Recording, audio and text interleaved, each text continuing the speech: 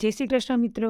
આજે હું તમારી સાથે શેર કરીશ કેફે સ્ટાઇલ પોટેટો નગેટ્સ, જે બહારથી એકદમ ક્રિસ્પી અને અંદરથી ચીઝી હોય છે, જે કેચઅપ સાથે ખાવાની ખૂબ જ મજા આવે છે. નગેટ્સ એ ચીઝ, સિઝલિંગ અને વેજીસનું કોમ્બિનેશન છે, તો ટેસ્ટ વાઇઝ ખૂબ જ સરસ બને છે. મારા બાળકોના તો ફેવરેટ છે. તો આપણે નગેટ્સ બનાવવાનું સ્ટાર્ટ કરીએ. તે માટે મેં એક બાઉલમાં 3 થી 4 બાફેલા બટાટાને બરાબર મેશ કરીને લીધા છે. તેમાં 3 કલર કેપ્સિકમ અને બાફેલી મકાઈ ઉમેરી દઈએ.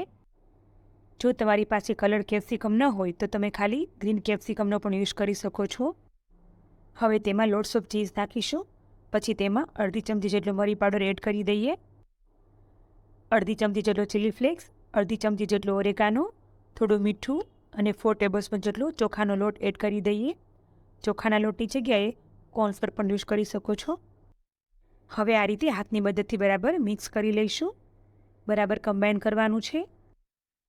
હવે હથેળી પર થોડું તેલ લગાવીને આ રીતે લંબગોળ શેપ આપી દઈએ. મેં આ રીતે બધા નગેટ્સ રેડી કરી દીધા છે. હવે આપણે તેને ફ્રીજમાં 1 કલાક માટે ઠંડા કરીશું.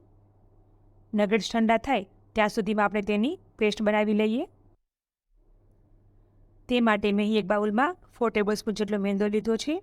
તેમાં અડધી ચમચી મરી પાવડર, અડધી ચમચી જેટલો ઓરેગાનો, અડધી ચમચી જેટલો ચીલી ફ્લેક્સ અને સ્વાદ પ્રમાણે મીઠું નાખીને સ્પૂનની મદદથી મિક્સ કરી લઈશું.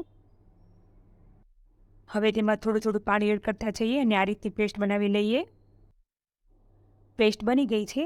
હવે નગેટ્સને આ પેસ્ટમાં સારી રીતે ડીપ કરીશું અને મેં અહીં બ્રેડ ક્રમ્સ એટલે કે બ્રેડનો ભૂકો લીધો છે, તેમાં સારી રીતે કોટ કરી લઈએ. આ રીતે બધા નગેટ્સને પેસ્ટમાં ડીપ કરીને બ્રેડ ક્રમ્સમાં કોટ કરી લીધા છે. હવે તેને ડીપ ફ્રાય કરીશું.